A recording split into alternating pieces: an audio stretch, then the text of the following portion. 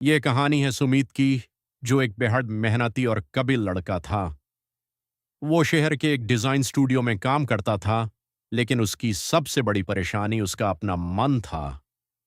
सुमीत का मन एक भटके हुए बंदर की तरह था, जो कभी बीत गए कल की चिंताओं में चला जाता, तो कभी आने वाले कल के डर में खो जाता। जब वो दुकान पर बैठता, तो ध्यान दोस्तों में रहता।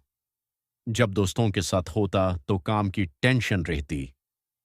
इस अशांत मन की वजह से उसके बने बनाए काम बिगड़ रहे थे और उसकी प्रोडक्टिविटी लगातार गिर रही थी। एक दिन अपनी इस बेचैनी से तंग आकर सुमीत ने शहर के एक प्रसिद्ध ध्यान केंद्र मेडिटेशन सेंटर के आचार्य जी से मिलने का फैसला किया। सवाल और गुरु का आदेश सुमीत ने आचार्य जी के सामने बैठकर अपना दर्द बयान किया। महाराज, मेरा मन मेरे कंट्रोल में नहीं है।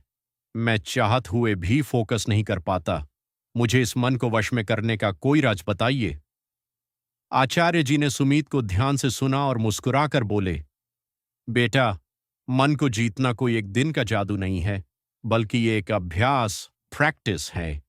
मैं तुम्हें मन को कंट्रोल करने की सबसे शक्तिशाली 5 विधि बताता हूं। अगले 1 महीने तक इन्हें अपनी जिंदगी का हिस्सा बना लो। तुम्हारा मन तुम्हारा गुलाम बन जाएगा। 1.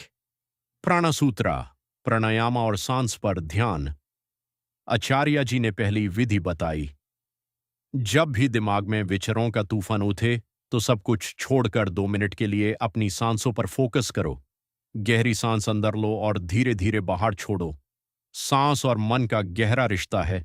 जब तुम अपनी सांस को धीमे और शांत करते हो, तो तुम्हारा दिमाग खुद ब खुद शांत होने लगता है। 2. साक्षी भाव, विचारों को सिर्फ देखो। दूसरी विधि समझाते हुए उन्होंने कहा, मन से लड़ना बंद करो। जब दिमाग में बुरे या भटकाने वाले विचार आएं, तो उनमें खो मत जाओ। एक तटस्थ, न्यूट्रल दर्शक बनकर उन्हें देखो, जैसे तुम आसमान में इन उड़ते हुए बादलों को देखते हो।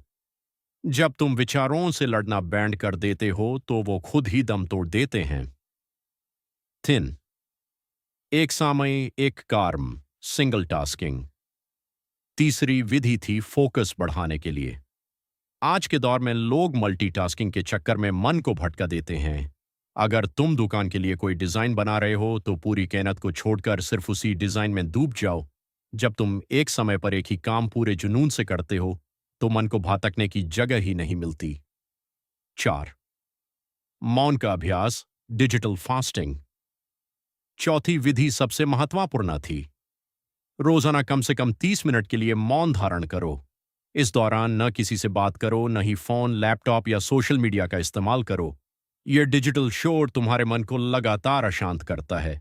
जब तुम इस शोर से दूर एकांत में बैठते हो, तो मन की असली शक्ति जागृत होती है। 5. कृतज्ञता, ग्रैटिट्यूड जर्नलिंग। पंचवी और आखिरी विधि बताते हुए आचार्य जी बोले, मन हमेशा उन चीजों के पीछे भगता है जो हमारे पास नहीं है, जिसे रोना और शिकायत पैदा होती है। रोज रात को सोने से पहले 3 ऐसी चीजों को लिखो जिसके लिए तुम खुदा या ब्रह्मांड के शुक्रगुजार हो।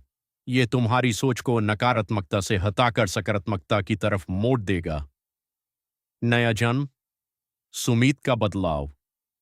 सुमीत ने इन 5 विधियों को अपनी जिंदगी का नियम बना लिया। शुरुआत के 1 हफ्ते में मुश्किल हुई, दिमाग बार बार भटका, लेकिन उसने हिम्मत नहीं मानी। धीरे धीरे चमत्कार होने लगा। जब वो सुबह प्राण सूत्र करता, तो दिन भर का स्ट्रेस गायब हो जाता। दुकान पर काम करते वक्त एक कार्य के नियम ने उसकी एफिशिएंसी को 6 गुना बढ़ा दिया। उसके डिजाइन्स अब और ज्यादा क्रिएटिव और फ्लॉलेस होने लगे। फिजिकल और डिजिटल मौन ने उसके अंदर एक गजब की शांति भर दी थी। 1 महीने बाद सुमीत दोबारा आचार्य जी के पास गया। इस बार उसके चेहरे पर बेचैनी नहीं, बल्कि एक अनमोल मुस्कान और तेजस्वी चमक थी।